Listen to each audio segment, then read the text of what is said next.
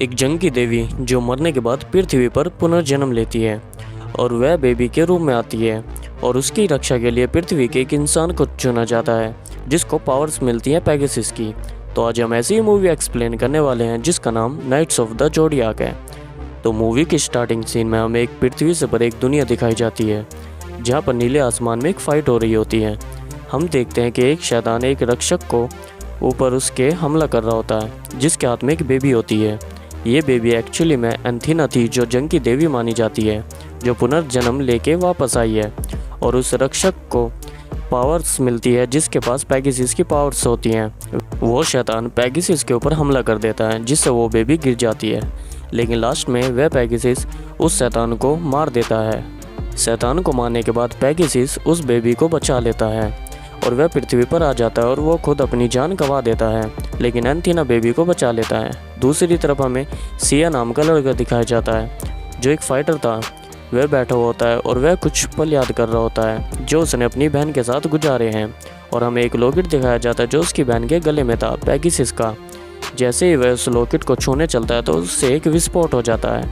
वह फ्लैशबैक में अपनी यादें देख रहा था जिसे बड़ा दुख होता है कि उसकी बहन मारी जा चुकी है और वह उसकी फ़ोटो लेकर बैठा हुआ था। वहाँ पर एक फ़ाइटिंग क्लब दिखाया जाता है जहाँ पर उसका दोस्त कैजियसन्स होता है जो उससे कहता है कि सिया तुम्हें लड़ना ही होगा और लड़ने के बाद तुम्हारी फ़ाइट मुझसे होने वाली है। सिया उस फाइटिंग में हिस्सा लेता है क्योंकि एक वह फाइटर था और उसकी फ़ाइट चालू हो जाती है और उसका फ्रेंड उसे देखकर बहुत गुस्सा हो रहा था क्योंकि वह फ़ाइट नहीं कर रहा था। तभी सिया स्टंट करके उसकी सिगरेट उसके मुंह से लात मार के निकाल देता है जिससे वह भड़क जाता है और वह फाइटिंग रिंग में आ जाता है। वह सिया को मारने लगता है और उसे कहता है कि अब तुम्हारी फ़ाइट मुझसे है और अब मैं तुम्हें जान से मार डालूंगा। जैसे वह उसे मार रहा होता है तो फ्लैशबैक में उसकी सिस्टर दिखाई जाती है जिससे हमें पता लगता है कि इस सिया के अंदर वही पेगासस की पावर्स है जिससे वह एंथीना का रक्षक बनेगा और पावर्स का विस्फोट हो जाता है और विस्फोट होने के बाद वह सिया वहाँ से भाग जाता है। कैजियसन्स उसे बुलाता है लेकिन वो नहीं आता। तभी उसे एक आदमी मिलता है जो कहता है कि सिया मैं तुम्हारे बारे में सब जानता हूँ और तुम्हें क्या चाहिए मैं तुम्हें वो दे भी सकता हूँ। हमें दूसरी तरफ एक आदमी दिखाया जाता है जिसका नाम एलमन होता है। वह कहता है कि मैं तुम्हारे पास्ट और फ्यूचर के बारे में सब जानता हूँ, अगर तुम्हें पूरी सच्चाई जाननी है तो तुम्हें मेरे साथ चलना ही होगा। सिया मानता नहीं है। तभी अचानक से वहाँ पर कुछ फाइटर्स आ जाते हैं। हमें पता लगता है कि ये फाइटर्स नहीं शैतान हैं और वह उसके साथियों को मारने लगते हैं। एलमन तभी सिया को लेकर वहाँ से भागता है और उसका दूसरा साथी आ जाता है जो उन शैतानों को मारता है।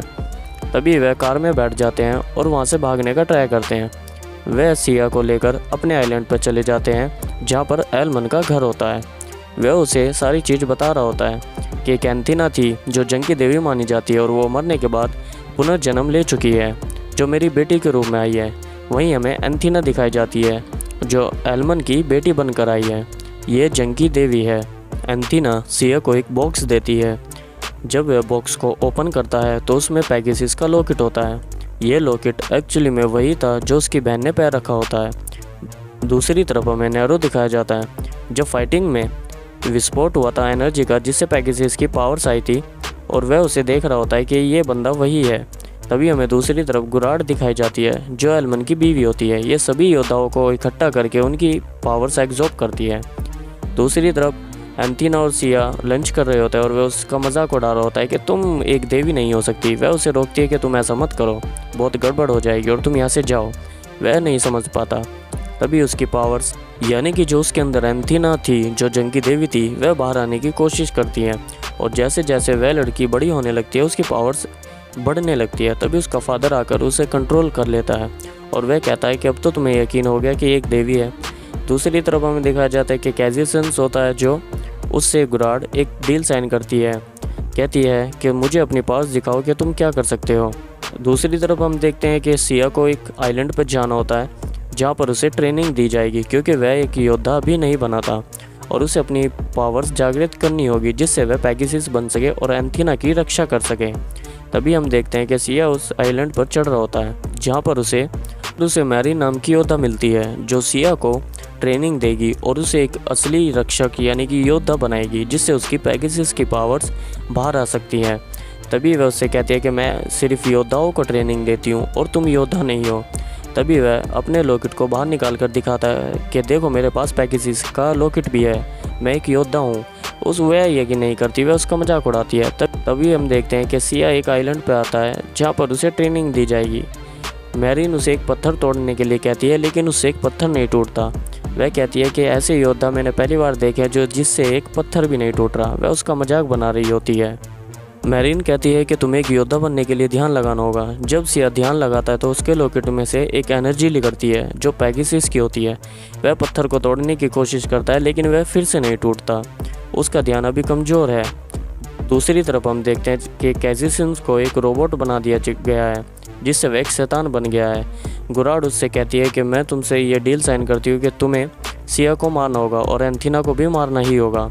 तभी हम दूसरी तरफ देखते हैं कि मैरिन उसकी ट्रेनिंग स्टार्ट कर चुकी है और सिया को बहुत तकलीफ़ हो रही होती है।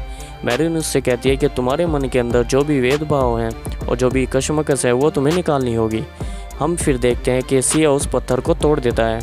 धीरे धीरे वह ट्रेनिंग में सफल हो रहा होता है और उसकी पावर्स जागृत हो रही होती हैं।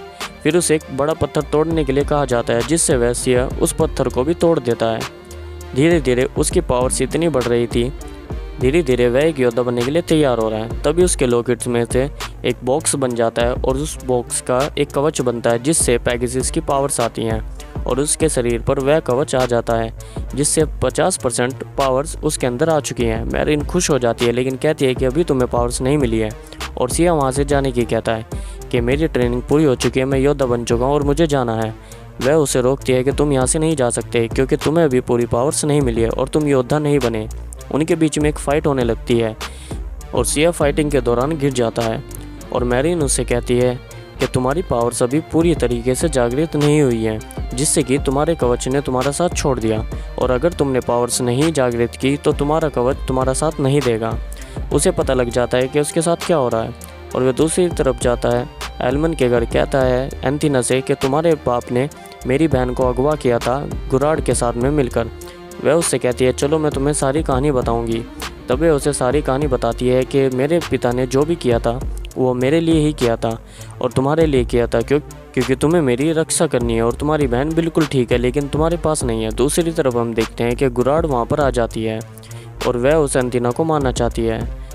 पेगासस एल्मन को मारता है और हम देखते हैं कि सिया भी वहाँ पर आ चुका होता है और उन दोनों के बीच में फ़ाइट होती है। सिया अपने कवच को बाहर लाने की कोशिश करता है, लेकिन वह नहीं ला पाता। वह उससे पिट रहा होता है। पेगासस उसको बहुत बुरी तरह मारता है, क्योंकि वह अब एक शैतान बन चुका है और सिया का कवच उसका साथ नहीं दे रहा होता है। दूसरी तरफ एल्मन एक बॉम्ब विस्फोट करता है। उसे पता होता है कि सिया ने अभी पावर्स पूरी कंट्रोल नहीं की है और वहाँ पर एक बहुत खतरनाक विस्फोट हो जाता है, जिससे एल्मन की जान चली जाती है और सभी लोग इधर उधर गिर जाते हैं। विस्फोट होने के बाद में सबको चोट लग जाती है। जब सिया उठता है तो वह देखता है कि एंथीना को ले जाया जा रहा है, लेकिन वह कुछ नहीं कर सकता। वह खड़ा होकर कहता है कि मैं हार चुका हूँ, मैं एक योद्धा बनने के काबिल नहीं हूँ। तभी वह बैठकर ध्यान लगाने लगता है और उसके लॉकेट में से एनर्जी निकलने लगती है। फिर हम देखते हैं कि एल्मन का साथी और सिया वहाँ पर जाते हैं जहाँ पर एंथीना को कैद कर रखा है और वह उसके साथी से कहता है कि तुम यहाँ से चले जाओ, हम लैंड नहीं कर सकते। तभी हम देखते हैं कि सिया अपने कवच के ऊपर ध्यान लगाता है और वह वहाँ से कूदने का ट्राई करता है और वह जब उसे ध्यान लगाता है, ध्यान लगाने के बाद वह वहाँ से कूद जाता है, यानी कि अब वह अपनी पावर्स पर कंट्रोल करना सीख रहा है। तभी हम देखते हैं जब वह लैंडिंग करता है तो उसकी पावर्स काफ़ी बढ़ जाती हैं और वह एक पेगासस बन जाता है, यानी कि अब वह एंथीना का एक रक्षक बन चुका है, एक प्रॉपर योद्धा बन जाता है। वह उन सभी शैतानों को मार रहा होता है। वह उस आइलैंड पर जाकर उन शैतानों को मारता है जहाँ पर पेगासस के साथी होते हैं। फिर वह पेगासस आ जाता है और कहता है इस बार मैं तुम्हें नहीं छोड़ूंगा। सिया कहता है कि तुम चले जाओ नहीं तो चोट लग जाएगी। तभी वह हवा में उड़कर पेगासस को मार देता है और उसकी पावर्स भी लो हो जाती हैं, वह मर जाता है। दूसरी तरफ में गुराड दिखाई जाती है जहाँ पर उसका ही साथी नीरो उससे विद्रोह कर देता है और कहता है अब तुम्हारी लड़की को मरना ही होगा और मैं इन मशीनों को नहीं रोकूंगा। तभी हम देखते हैं कि नीरो भी एक लॉकेट पहने हुए होता है और उससे वह एक एनर्जी निकलती है, जिससे उसके ऊपर एक कवच आ जाता है। हम देखते हैं कि सबसे नीरो के अंदर ईगल की पावर्स होती है जो पेगासस से खतरनाक होती है। वह गुराड को मारने की कोशिश करता है और कहता है कि अब मैं तुम्हें नहीं रुकने दूंगा। क्योंकि एंथीना अगर नहीं मरी तो ये पूरी पृथ्वी तबाह हो जाएगी। अचानक से वहाँ पर सिया आ जाता है और नीरो उसे पंच मारकर छत पे फेंक देता है। लेकिन सिया के अंदर भी अब पेगासस की पावर्स हैं, वह एक योद्धा बन चुका है और उनके बीच में एक फाइटिंग स्टार्ट हो जाती है, जिससे सिया के ऊपर नीरो भारी पड़ रहा होता है।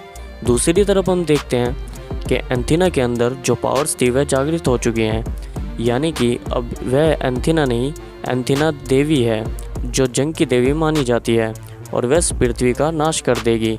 हम देखते हैं कि नीरो उसको रोकने की कोशिश करता है, लेकिन उसका कवच भी टूट जाता है और एक विस्फोट होता है बहुत बड़ा, जिससे पृथ्वी नष्ट होने लगती है। वहीं पर सिया आ जाता है और उसे रोकने की कोशिश करता है, क्योंकि पेगासस का वचन था कि वह एंथीना को किसी भी परेशानी से प्रोटेक्ट करेंगे और वह इस पृथ्वी का नाश करने वाली है।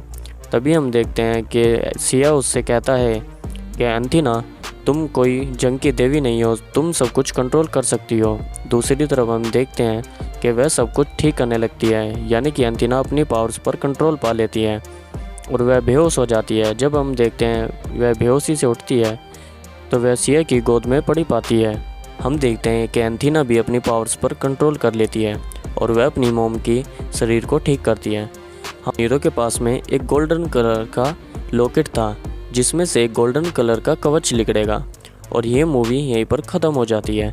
अगर इस मूवी का एक्सप्लेनेशन आपको अच्छा लगा हो तो आप मेरे चैनल को सब्सक्राइब करके ज़रूर रखें और बेल आइकन को प्रेस कर लें, ताकि नई से नई वीडियो मैं जल्दी अपलोड करूं और आप तक जल्द से जल्द पहुंच जाए।